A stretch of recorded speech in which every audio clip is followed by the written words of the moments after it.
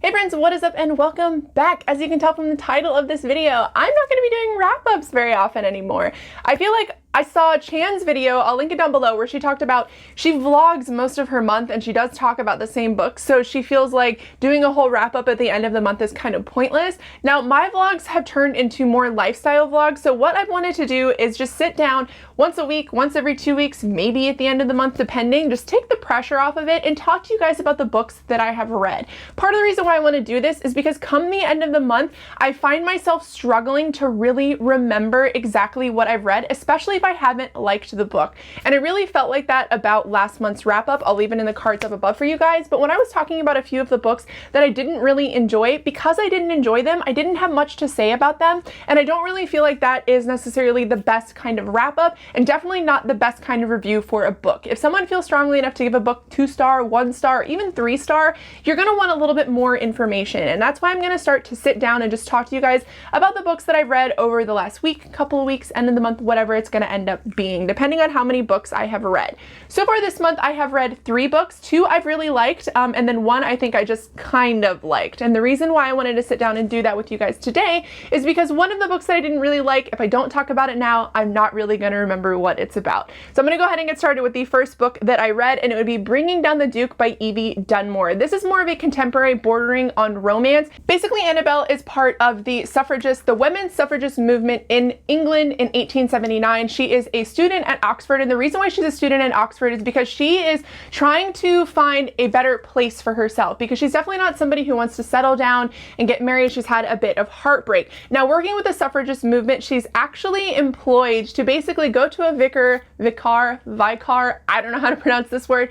His name is Sebastian, and the reason why she is employed is to basically convince him to join the suffragist movement, to basically plead on their behalf. Now, Sebastian isn't the nicest person for most of this book. He definitely comes off cold and calculating, but they do have a little bit of a budding romance throughout the book as well. The reason why I ended up really liking this book, though, is yes, the romance is important to the novel, but most of it is really like a historical based book. And I forgot how much I loved books about history, like historical contemporaries, historical nonfiction, fiction, whatever it may be. And this really brought me back to that. I ended up giving this book 5 stars because it's one of the best books I've read all year, because I think it has a good blend of feminism as well as like a little bit of love and history and a lot of just so many different things that really appeal to me that mostly I forgot that I even really enjoyed. Evie has another book coming out in 2020, and I'm really excited to get to it. It's actually coming out through Berkeley, I believe, and I'm going to see if I can get my hands on an ARC, because I just also really love her writing style. I think that she has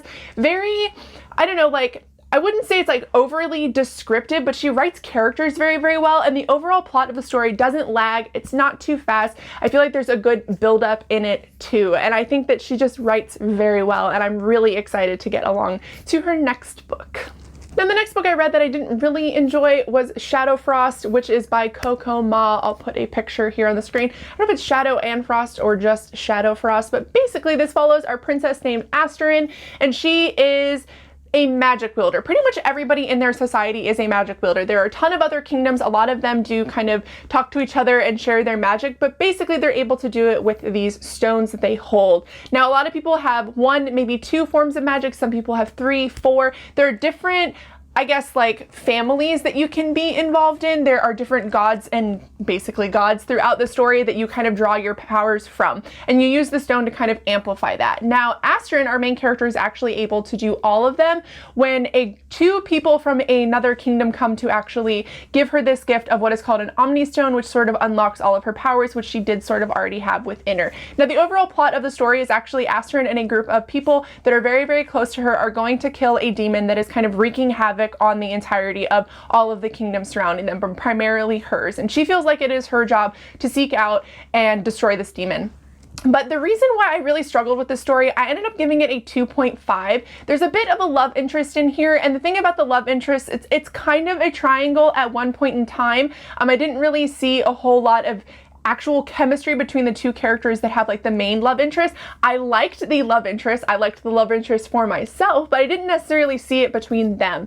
The love triangle as well, one of the edges of the triangle, one of the corners of the triangle, actually it kind of ended up becoming like a square at one point because they go out to seek out somebody else, and it is an LGBT relationship, but it's definitely one of those circumstances where that LGBT relationship is sort of shoved in a closet, which actually literally happens within the story of this book. The romance is never really talked about, like it's hinted at, but I feel like it should have been brought to the forefront. There's a little bit at the end of the book where it becomes like kind of center stage, but I felt like it was a little too late for that, and I feel like because it was so hidden throughout the rest of the book and you really had to pick up on it, it didn't really speak to me, and it felt kind of dirty to be hidden so much.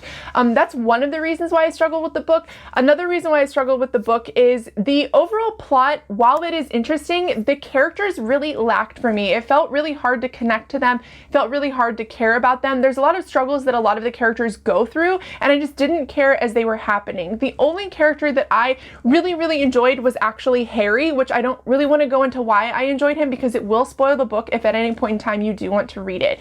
Now, be aware that this book was written, I believe, when Coco was 15 years old, so there is a little bit of a much younger, I don't know, audience feel to this. Now, it is touted as YA, but I definitely think it's more on like the middle grade, like teen kind of genre, which I'm not necessarily opposed to, but I need to know going into a book that that is what I am expecting. I think it's really disappointing when you're expecting a young adult read or an adult read and it reads much younger. I think that knowing exactly what you're going to be reading is really important, and I feel like that was lost a lot in this story, and because of that, it made the read really unenjoyable to me. Now, like I said, overall the plot was really cool, and I thought the magic was also really cool in this. I think it's really impressive that Coco has done everything that she has done for herself already. If you guys have not Googled her, Google her. I am really excited to see what the second one brings about though, because I'm hoping that maybe if this book does successful, she'll get a second book and then maybe she'll be able to do more revisions. I don't dislike it so much that I wouldn't want to know what's going to happen. I think that there is a lot of points in this book that I was like, that's important. Like Astrid with her mom, she does struggle with being enough for her mother, and I think that's a really important topic that I think a lot of young kids will feel, or even adults. I think a lot of us do sort of still struggle with that even as adults now, and I think that's really important, as well as the LGBT themes. I'm hoping that that will continue on throughout the series, and then also just general girl love. There is something that happens between Astrid and her handmaid that basically the end of the book, I'm like, I need to know what happens because I loved their relationship throughout the entirety of the story. So I think there are some important themes that can be, you know, kind of explored in the second book, and I'm really hoping that they are, but it'll definitely be a book that I think I'm just going to go ahead and get from the library. Now, the next book I read, I was actually sent by Viz Media, and I loved this book. I ended up giving it 4 stars, and it would actually be Automatic Eve. Now, this is a story that I have been reading for over a month now, and it's because I took it with me on vacation.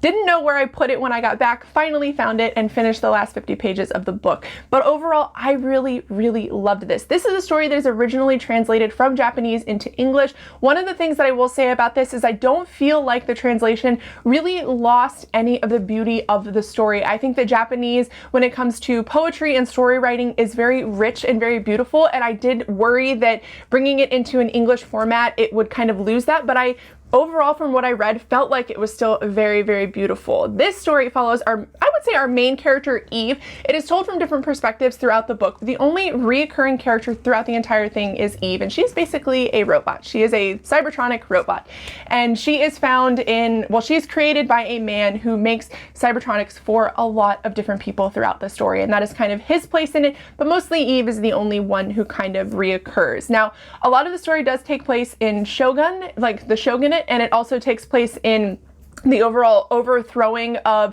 the shogunate in Japan at the time.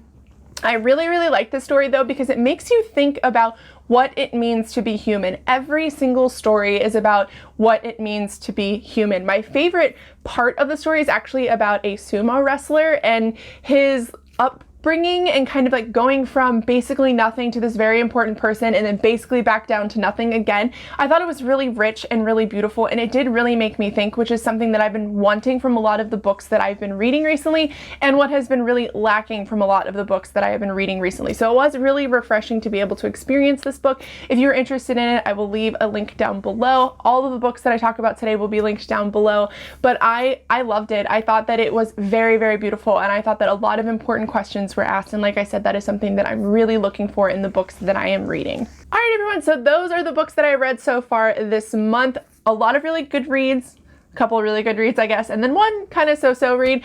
But let me know down below your favorite book so far of the month. I'd love to know. But thank you so much for watching, and I will see you in my next video.